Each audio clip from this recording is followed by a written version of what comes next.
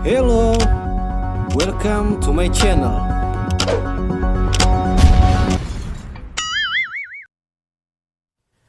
Assalamualaikum warahmatullahi wabarakatuh. Salam sejahtera untuk kita semua. Saya Medi Wardana Putra, guru pendidikan jasmani olahraga dan kesehatan, akan memberikan sedikit materi tentang pola hidup sehat. Tapi sebelum itu, subscribe dulu channel saya supaya saya semakin semangat untuk membuat tutorial, tips-tips, dan materi-materi tentang kesehatan. Oke, baiklah.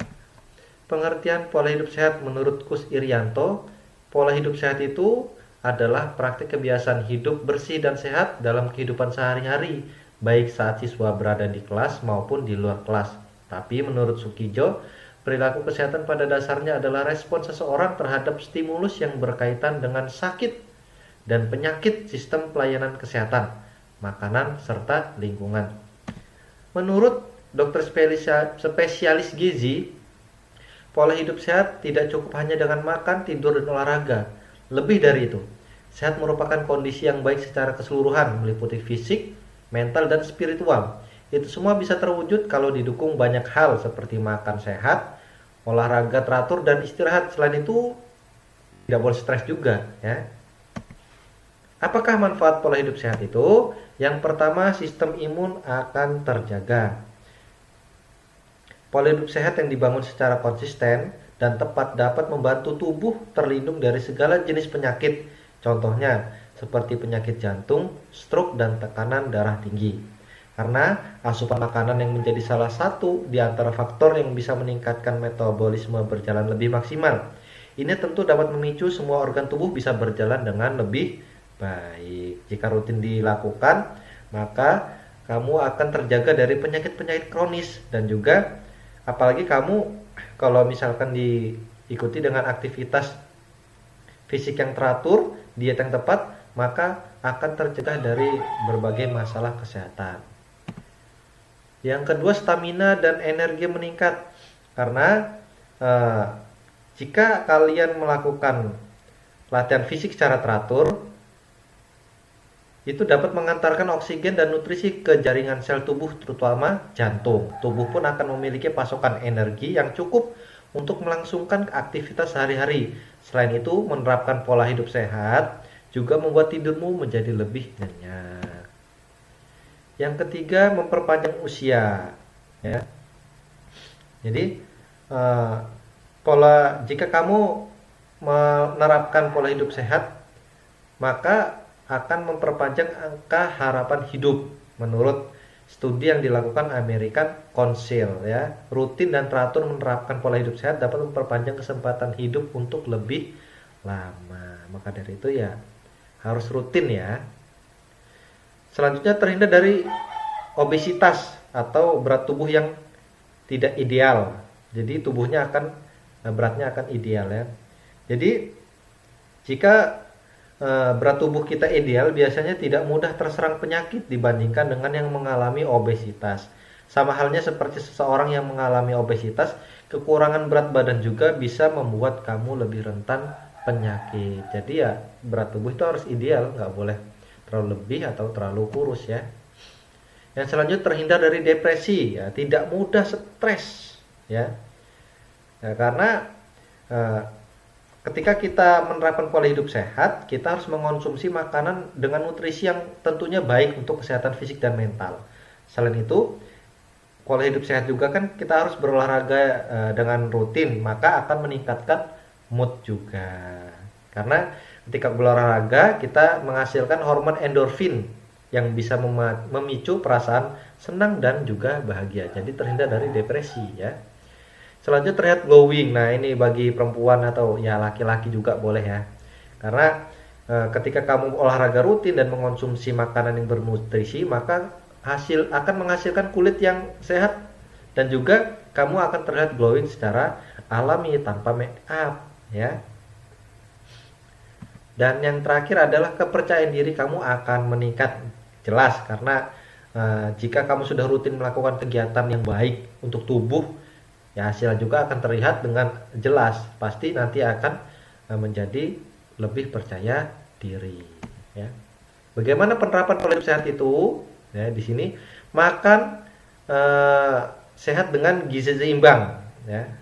Makannya seimbang, gizinya harus seimbang. Yang kedua, olahraga yang teratur. Yang ketiga, istirahat yang cukup. Yang keempat, hindari stres berlebihan. Makan sehat dengan gizi seimbang. Yang pertama, harus menjaga asupan gizi yang masuk dalam tubuh. Harus diatur, jangan asal-asalan, ya. Yang kedua, setelah menjaga asupan gizi, harus memperhatikan cara mengolah makanannya. Jadi tidak boleh asal-asalan juga untuk mengolah makanannya supaya nanti ketika eh, ketika dikonsumsi, ya, ketika dikonsumsi tidak merusak zat gizi yang ada di dalamnya, sehingga makanan yang dikonsumsi bisa memberikan manfaat yang maksimal, ya. Tapi kalau kamu semua belum bisa melakukan dua hal di atas, itu ada cara lain, yaitu mendata semua makanan yang dikonsumsi. Jadi kamu mendata, ya, tujuannya supaya kamu bisa membatasi atau menambah konsumsi dari makanan yang kita makan, ya. Jadi tidak asal-asalan, ya. Yang selanjutnya, olahraga yang teratur. Pakar kesehatan menyarankan untuk berolahraga dengan durasi minimal 150 menit setiap pekan. Ya, 150 dibagi 7. Nah, dihitung aja berapa itu, ya, 25 menitan. Tapi kalau misalkan kamu tidak bisa seminggu full berolahraga, bisa dibagi 5 atau 5 hari. Ya, itu 30 menit, 30 menit, ya. Dan olahraganya tidak perlu yang berat-berat, ya. Mulai dari apa yang kamu sukai dulu, ya. Misalkan di situ ada jogging, renang, senam aerobik, dan juga olahraga yang kamu sukai, ya. Jadi nggak perlu susah-susah, yang penting 150 menit setiap minggunya, ya. Selanjutnya, istirahat cukup. Untuk mendapatkan tubuh dan pikiran yang sehat, kamu juga bisa mendapatkannya dengan beristirahat yang cukup. Pastikan jam tidurmu selalu terpenuhi dan membiasakan tidur dan bangun di waktu yang sama. Jika merasa sulit tidur, kamu bisa mencoba mandi air hangat, membaca buku, atau mendengarkan musik untuk membuat tubuh lebih rileks dan semakin mudah terlelap, ya. Untuk orang dewasa itu tidur yang cukup, istirahat yang cukup itu tidurnya 7 sampai 9 jam per hari, ya. Jadi bisa dihitung sendiri, ya. Dan menurut beberapa ahli, hormon pertumbuhan manusia paling banyak diproduksi dalam keadaan tidur nyenyak. Nih.